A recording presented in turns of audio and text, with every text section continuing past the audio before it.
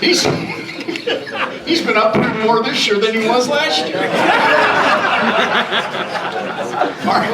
Our former president, Mike Kalina. Mike.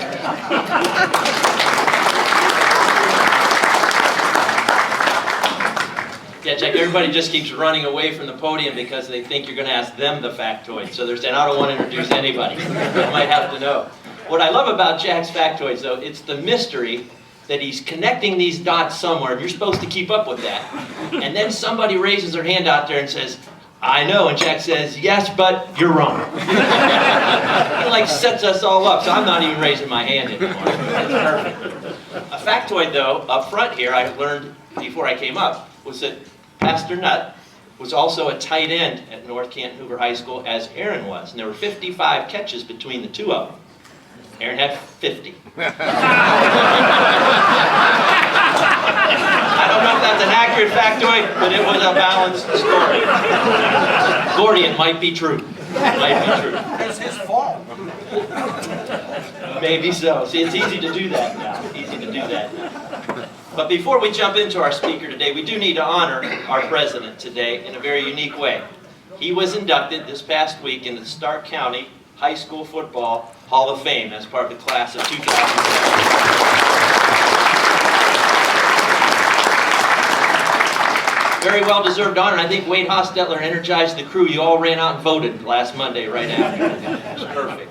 But along the lines here, there's a couple of neat things that I think will become factoids about Jack here in the future. He's one of 7 in that class. 5 of them are from the 2000s or forward. And only 2 then are previous to that. Jack, and there's Bruce Beatty, 1945 defensive end for the Lincoln Lions. So Jack will probably ask you this later on as a factoid. Who were the 2 that were not part of the 2000s? So let's give Jack another round of applause. That's awesome. In honor of that, Jack, there were a couple fellas, this will put a smile on your face, at Walmart. They're the greeters. And they were talking about this fact. And one fella says to the other, Slim, I'm 73 years old now, and I'm just full of aches and pains. I know you're about my age. How do you feel? Slim says, I feel just like a newborn baby. Really? Like a newborn baby? Slim says, yep, no hair, no teeth, and I think I just wet my pants. They're so excited about Jack being in the Hall of Fame. Smile on your face. One last holiday to put a smile on your face, and we'll get right to Aaron, for sure. This has to do with those chocolate peanuts that sometimes you get that you're all chasing around here this week. Mrs. Jones had been a staple in her local congregation, Brian, for many, many years. And her absence was noticed one day. So the pastor decided to drop by her house and check on her. So he knocks on the door. She says, hello, who is it? It's Pastor Smith, he answered. Oh, hi, come in, come in. How's the ministry going? Well, very well. I just wanted to make sure, though, that you were okay. Oh, honey, I haven't felt well lately, but I'm getting better. Just then the phone rings. And Mrs. Smith takes off to the phone. About 15 minutes, then 20 go by, and the pastor's stomach starts to growl.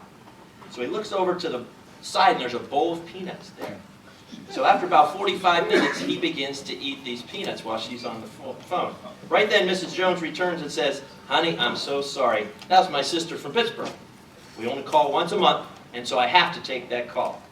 The pastor, feeling a little bit embarrassed, said, well, I must apologize too, for while you were gone, I ate all the peanuts in your little bowl here. Please forgive me. Mrs. Jones replied, oh, that's okay. Without my teeth, all I can do is just suck the chocolate off all of them. Be careful of those peanuts. You guys are ready to go. Be careful where you visit.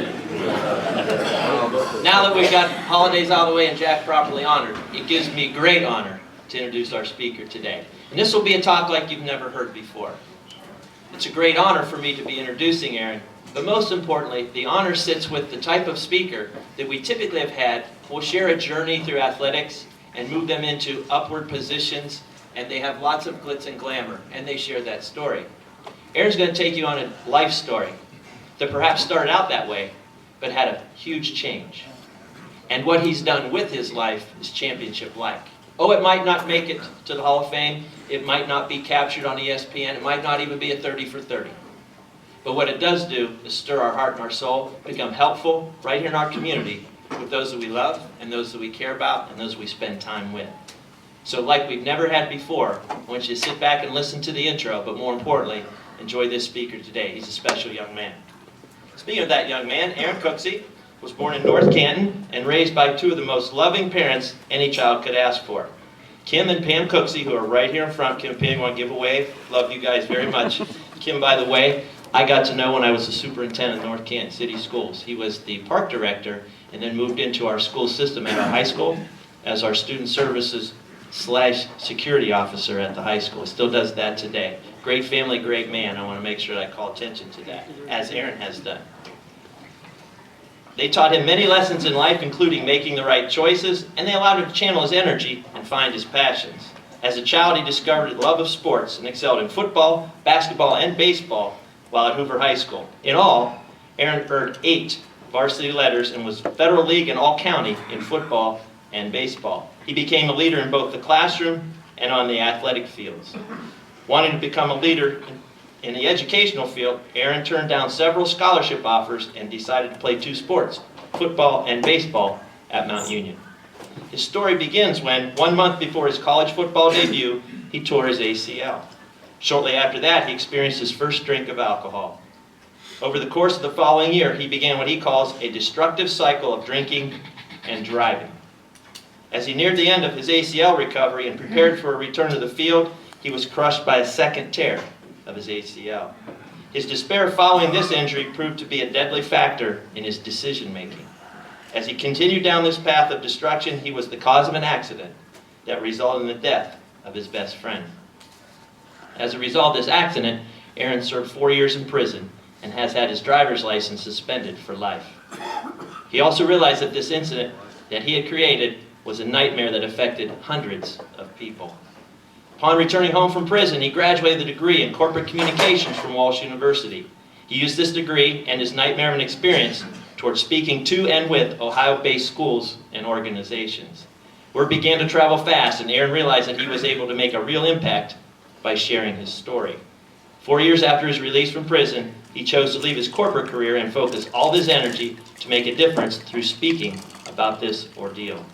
Because of the choice he had made on one fateful summer afternoon, Aaron cannot become a teacher. However, he has made the next best choice and travels around the country from his home outside of Philadelphia, Pennsylvania, educating young adults about decision-making and their consequences. He's now dedicated to improving the lives of young adults everywhere. And as I shared earlier, this story is something like we've never heard before.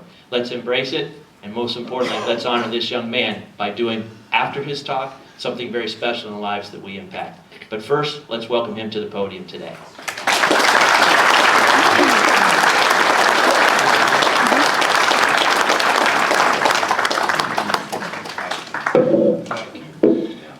Following you is like the hardest thing in the world. It's like following Lincoln after the Gettysburg Address. The guy's got to come up there and tell everybody it's all downhill from here. Yeah, well, Gettysburg Address was that short, too. Absolutely honored and humbled to be here.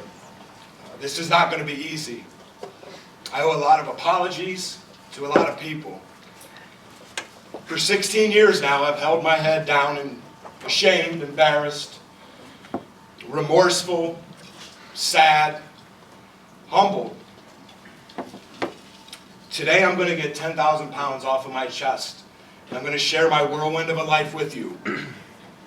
The good, the bad, the really bad, but most importantly, the strong Stark County connection that has been the common denominator factor that's run through this whole story.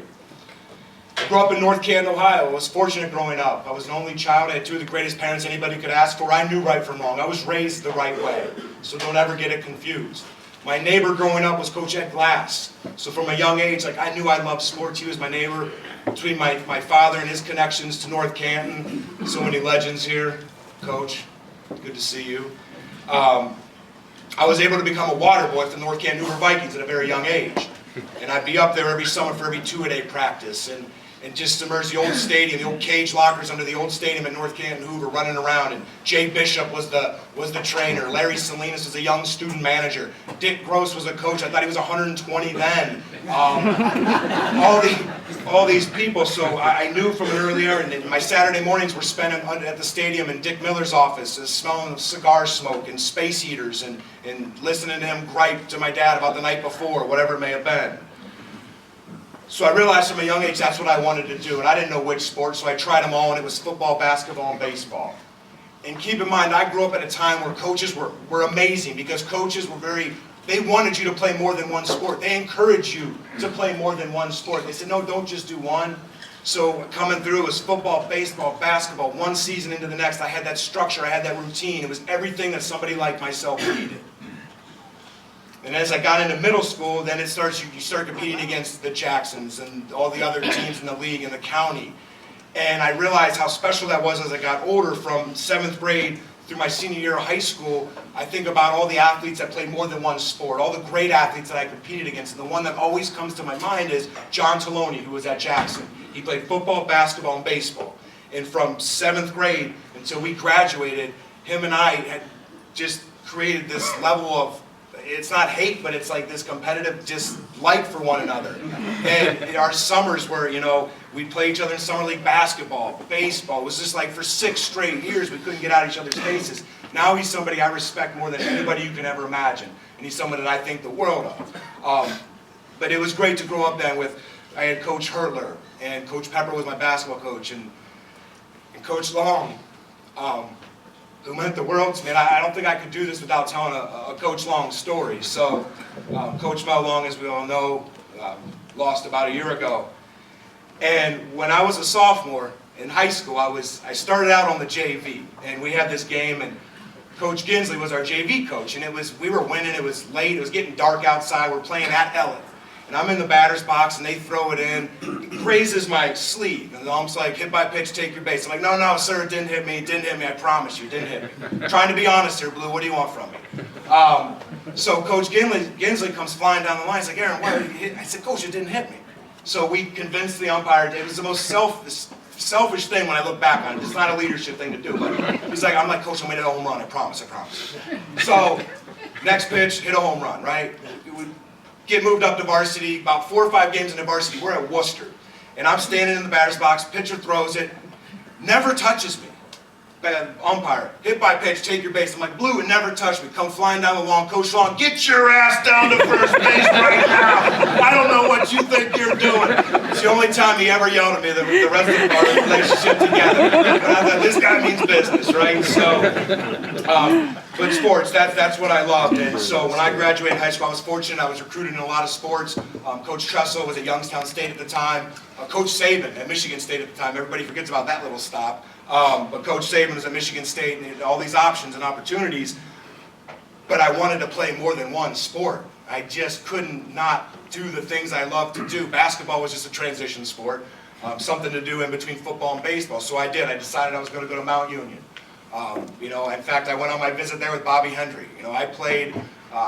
Bobby Hendry was one of the most humble athletes you'll ever meet in your entire life. The kid ran for 1,900 yards my senior year. Billy Liver threw for 1,800 yards. We had the most balanced offense that you can even imagine. And I think about growing up at Hertler's second year, we were 9-1. Went to the playoffs. We just happened to run into the juggernaut known as the McKinley Bulldogs that year that nobody would have beaten. So it didn't matter. In my senior year, 9-1 again, and life was good. I had the best teammates, the best coaches. One of my teammates that I think the world, Mike Grady's here today. This kid, if you're not familiar with Grady's pitching school, he's developing phenomenal pitchers in Stark County, Ohio right now. Day by day, these kids are putting up magnificent numbers. He's creating men. He's teaching them about life. He's doing everything that an educator should do and a coach should do. So I appreciate you being here. So many people. Sturs Nichols, this Coach Grover. Yeah, I see you. So I was going to go to Mount Union. I was going to play 2 sports. Summer leading into that freshman year at Mount Union, I was up there one afternoon for a 7-on-7. Last play of the day, I ran the route.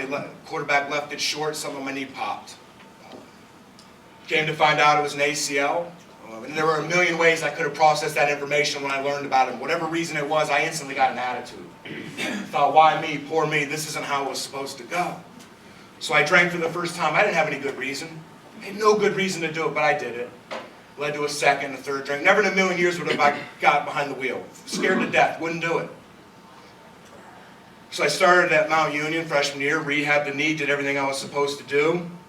And I pushed the rehab. I got it done in like 4.5, 5 months. Came back for baseball my freshman year at Mount Union. Got to the end of my first year at Mount Union. And I noticed a significant change in my own behavior. And the change was this. I might have had 4 or 5 beers. At the end of the night, I said, you know what, I can drive. And I got this. As long as I'm in control, nothing bad ever happens.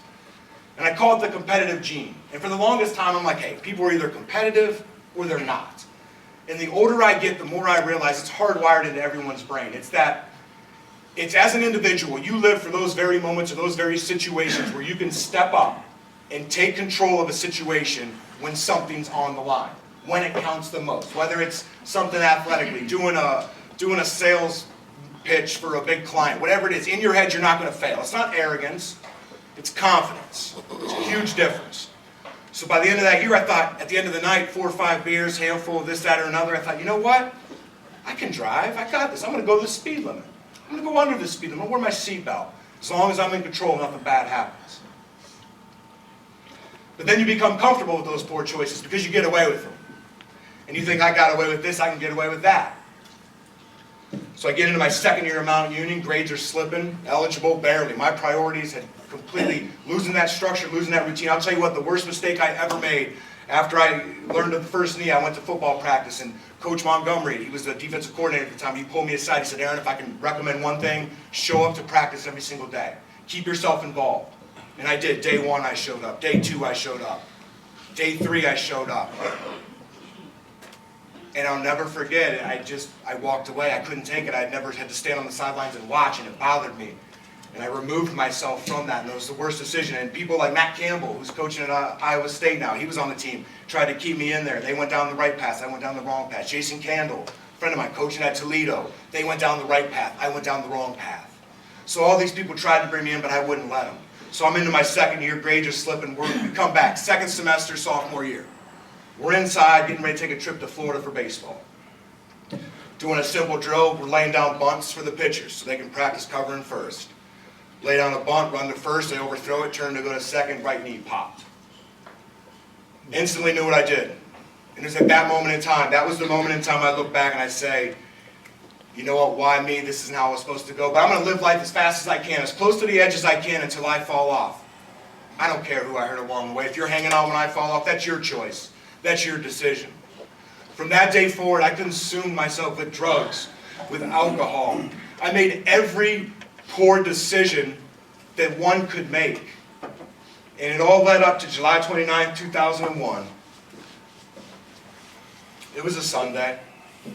Came home, I was tired. I told myself I wasn't going to go out, I wasn't going to party, I wasn't going to do anything. And my phone rang and it was Andrea. She was my close friend. Best way that I could sum up Andrea when everyone's sitting around in a room bored and miserable, it's that person that walks into a room that instantly brings energy. That charismatic, outgoing individual. When they leave the room's a better place because they were there. That's Andrea, and that's what you need to know about her. So she called and said, hey, what are you doing today? I said, I'm staying in. Why, what's up? She said, don't worry about it. I said, what's going on? Hey, I just wanted to get something to eat. Her exact words, you don't have to drink, Aaron. I said, yeah, that's fine, Andrew, I'll come and get you. Hung up the phone, went and picked up Andrew, went to the bar, same bar I always went to. Choked down 2 24-ounce drafts, nothing compared to a daily routine. I thought choking down the side, don't want to hear from Andrea. Andrea had some food, some drinks, phone rang, another friend of mine working nearby. She said, what are you guys doing? I said, we're at this place, what's going on? She said, well, everyone's coming down here, why don't you meet us at Don Poncho? Before the big red bridge, it was all a different setup. So I got in my truck, Andrea got in the passenger side, and we didn't put seatbelts on, right? Nothing bad will ever happen, right? Nothing bad's ever going to happen to me. Pulled out of the parking lot, I'd done it thousands of times in my life, hundreds of times under the influence, and I thought, I'm at a red light, and I remember thinking, all right, when this light turns green, I need to make a left. Really basic concept. Light turns green, I go right through it. Perfectly legal, except I needed to turn. Choices, decisions, yes, they were altered. Hindsight's 20/20. So a couple more turns, we're at a red light, and I remember thinking, all right, we're at this light, I'm thinking, all right, Andrea, she's like, this is the exact conversation, Andrea, what? hey, restaurant's like a half mile down the road to the left. I said, parents' house like a half mile up the road to the right. I said, it's your call, what do you want to do? Let's swing by, say hi to your friends, and then be on our way. Perfect. Speed limit on this particular road was 35 miles an hour. That's as fast as they felt people needed to go on that particular road. Light turned green, made the turn. When I made the turn, there was a car in front of me on the road doing what they were supposed to do, going the speed limit, following the rules. I started to pick up speed, 25, 30, 35, 40. Andrea was talking to me the whole time. If you asked me to this day what she was saying, I don't know. I couldn't tell you, but I know she said something funny, or something I perceived to be funny. And I took my eyes off the road to laugh at her little joke, picking up speed the whole time. When I looked back at the road, the car that was well in front of me had slowed down to make a right-hand turn. Immediately, my first reaction was to slam on the brakes as hard as I could, and I started to lose control of my truck, and I have a million things running through my head, and I thought what I saw was a little girl in this back seat of the car in front of me. I'm thinking, don't go straight, you're going to kill this girl, you're going to kill this girl. It's all narrowed down to two choices, left or right. And to the left, there was like these little miniature telephone poles with cables running through them, like steel cables and other posts, all the way down the left side of the road, and my last thought was, don't go left, don't go left. So I jerked the wheel to the right, truck flipped 3 times, it wrapped completely around a telephone pole. I don't have any memory from the time I jerked the wheel to the right to what I've learned was 15 minutes later when I heard one gentleman speaking to another. His exact words, there's no survivors, they're both dead. Immediately I came to, sir, I'm okay. But my first thought, both dead? This is a dream. This isn't happening, no way. This doesn't happen, no. This doesn't happen to people like me, no way. Started to do the things we do when we're having a bad dream, doing anything in my power to wake up. Trying to convince myself to wake up. But all of a sudden, all the sights and the sounds and the smells became far too real. When you break a window or a pane of glass, it kind of mosaically, there's hundreds of pieces of glass within that pane. The sound that glass makes as an individual piece of glass falls, and it falls onto glass or it falls onto metal, it's very distinct, it's very unique. I could hear helicopters, walkie-talkies. I could smell that earthy smell that dirt had from where my truck tore the ground up around the telephone pole. And then it all hit me. I thought, wait a minute, Andrea's with me. I'll find her. She'll fix this.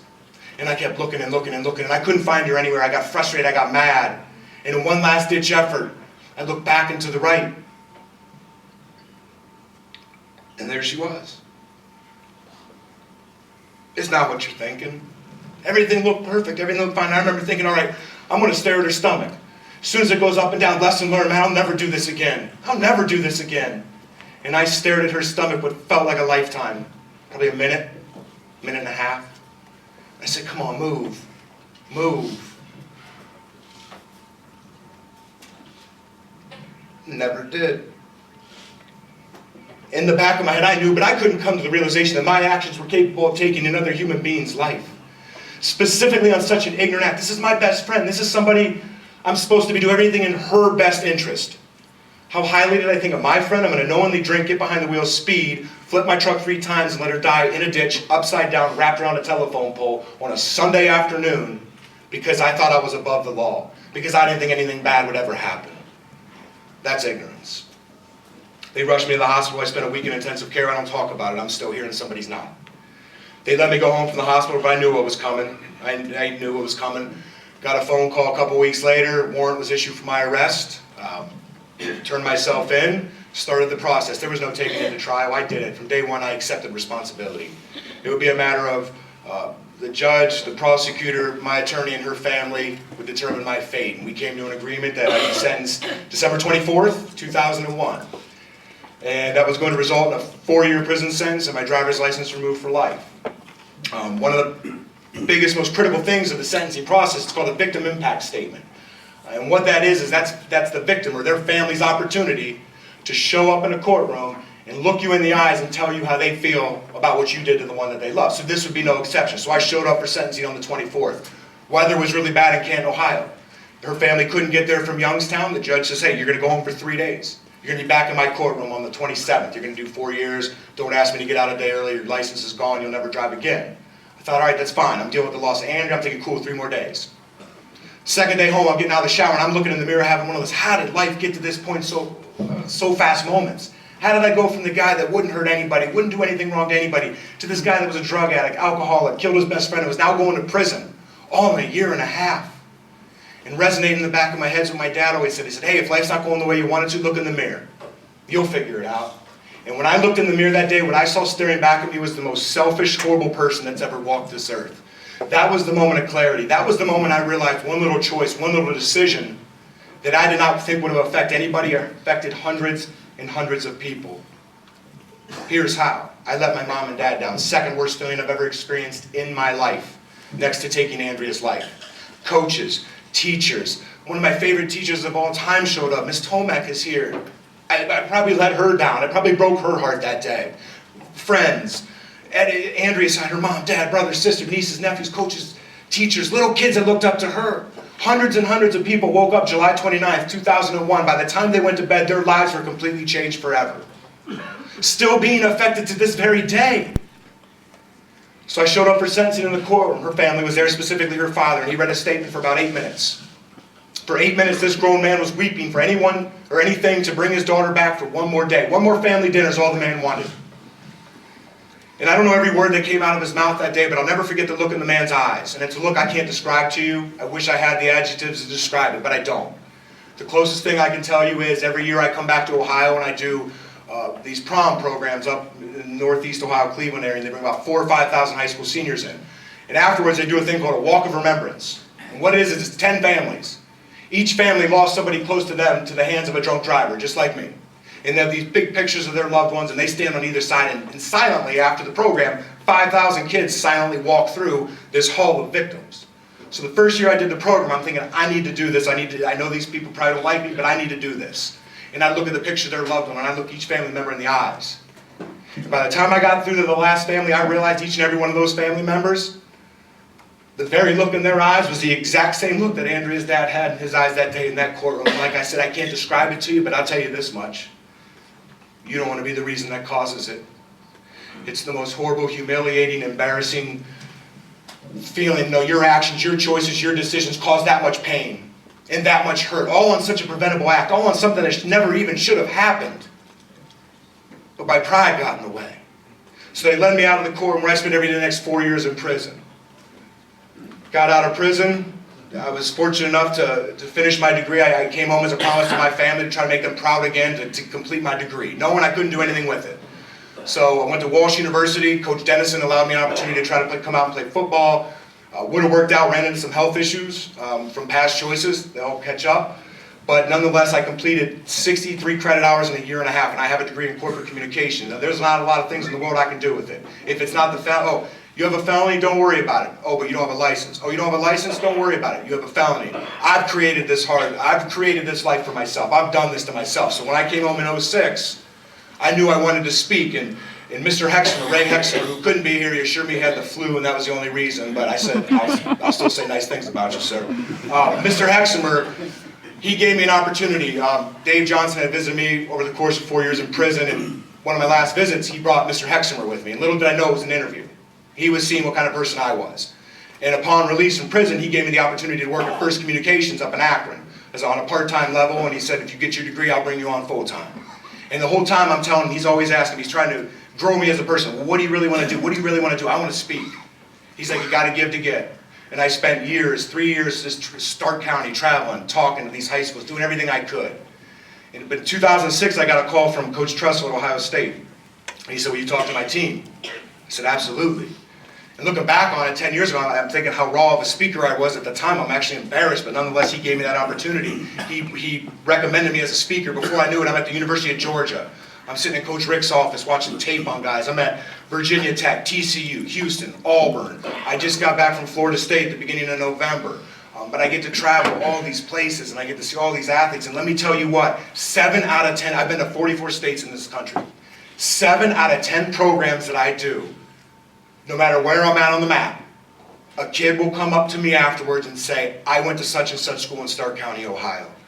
I went to such and such school in Stark County. You came and talked to me in high school. We learned about you in driver's ed. But the point is Stark County is not only the pulse for athletics in Ohio colleges, it's the pulse for athletics nationwide. It's the most mind-blowing thing. I'll be at the most obscure little school you could ever think of in California, and some kid's like, hey, I went to Perry. What? But so, you know, as I start to wind this thing down here, the one phrase that's been uttered to me, probably more than anything else the last 16 years. Forgive yourself, Aaron. Gotta forgive yourself. And for the longest time, I had no idea what that meant. I thought every time I stepped on stage, that was my therapy. That was my way of making it all better, of forgiving myself, if you will. But what I realized is over the last 16 years, 11 years specifically, every time I step on stage, it slowly eroded me as a person. It's got to the point where I feel like it's my identity. Hey, that's the guy that drove drunk. Hey, that's the guy that killed that girl. And it's become my identity. And what it's done is, people have the audacity to say, hey, each year that goes by, I'll get a little bit easier to deal with. But here's the truth. It's been 16 plus years. Every year that's gone by, it's gotten harder and harder to deal with. Here's why. It doesn't matter how great of a day I have. This is going to be up there in the top 5, probably greatest experiences in my life. Truly. And it doesn't matter, I'll hop on a plane later today, I'll fly home, my parents can be proud of me, everyone can say, this is great, that was great, we enjoyed it. But at the end of the day, Andrea's family's coming home too. And they probably had a great day too, and they say, hey family, we had a great day. And then they're like, hey, that is a great day, but it'd be a little bit better if Andrea was here. And then they're reminded why Andrea is no longer here. And then they're reminded of me. I'm a daily reminder to that family as to why their daughter is no longer here. And that'll never become easy to deal with. But for 16 years, I've let this tear me apart from the inside out. I've fought the fight. I read about the ones I didn't get to. But today I need to say something, and I need to say it. I'm going to walk out of this building today, and I'm going to hold my head high. Never mistake a smile on my face as any kind of denial. I'll never forget my past. But today I forgive my actions in 2001. I'll continue to educate. I'll continue to educate as long as that calling brings me, but at the same time, it's time to charter into new endeavors and do new things and find something I love and get after it. One thing specifically, I love athletes and I love health and nutrition. One thing, funny story, kind of funny to get, so we're not serious here, but when I was at Ohio State in 2006, before I spoke, this crazy, intense, high-energy, bald guy's up there talking to the Buckeyes, right? And come to find it's Eric Lichter, strength and conditioning coach. He's showing videos of lions killing gazelles, and he's showing all this crazy stuff, and he's like, these are our veterans. We got to become killers. Go over. And then he's showing like little baby lions that can't do anything. He's like, these are the freshmen. We got to teach them how we do things, right? This guy's super intense. He's under Tressel's realm there, and he decided to leave. And when Tressel left, my guy Lichter there, he got involved with this health and wellness stuff, working with athletes. And I start traveling, and I'm seeing it, and my wife and sister-in-law are all of a sudden involved, and I'm thinking, man, if Eric Lichter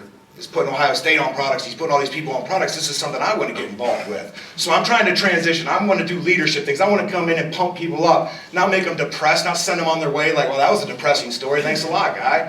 That's not what I want. That's not what I want. So from this day forward, when you see me smiling, don't mistake it as any kind of denial. I know what I did in my past. But I can't love myself. I can't love my family. I can't be the right father. I can't be the right husband unless I forgive myself. But to put it all into perspective, I live in New Jersey now and I'm married. Beautiful wife. And I have a 3-year-old daughter. And she's awesome. And let me tell you what, my reality is this, and this isn't for sympathy, but this is for anybody that has a young kid in their family, grandchildren, children, whatever the case may be. I have a 3-year-old daughter that thinks the world of me.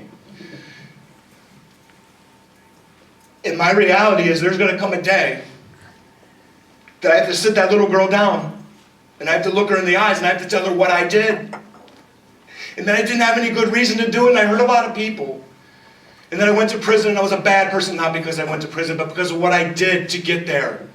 And no matter how respectful she may find the turnaround, a small piece of my daughter's heart's forever going to break that day. She'll never look at me in the same light again, ever. Ever. And that's not easy to deal with. I didn't sign up when I was 19, 20, 21. I never thought I was going to have to explain my actions to my daughter. She thinks I'm awesome. Like, she already asked a lot of questions. Where are you going? What do you have to do? Are you talking to kids again? She made me this little butterfly, and she said, will you carry it up on the stage with you? I said, yeah, I will. But she's so innocent. She's so innocent. And I have to break that little girl's heart one day. So in closing, I want to say thank you to each and every person that showed up. I know you probably had a million better things you could have been doing today. And I want everybody to accept my apology from the bottom of my heart for any damage, anything that I had caused. Being so proud from Stark County to put a blemish on that, I'm sorry. But know this, I'm proud to be from North Canton, Ohio, and I'm damn proud to be from Stark County, Ohio. That's all I got.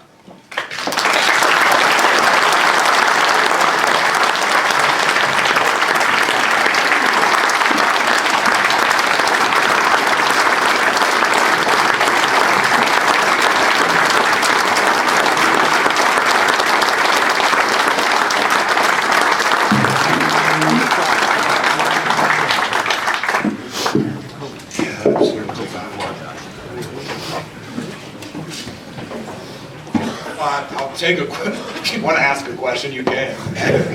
I've heard them all.